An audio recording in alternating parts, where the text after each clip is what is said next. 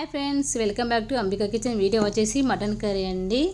KG mutton కర్రీకి 4 spoons కారం వేసుకోవాలి. అలాగే 2 స్పూన్స్ ఆయిల్ వేసుకోవాలి.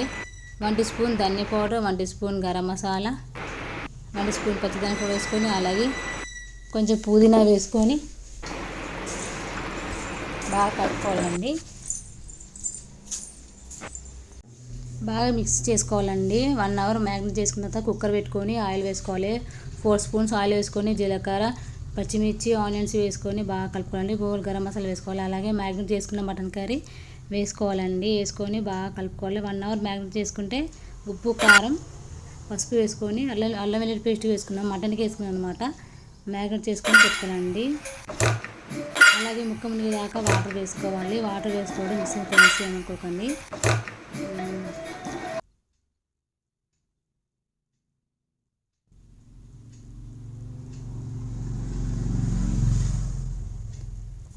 వాటర్ వేసుకుని అంతే 5-6 విజిల్ అయినాక అంతే అండి. ఎంతో టేస్ట్కరమైన mutton curry ready. Thanks for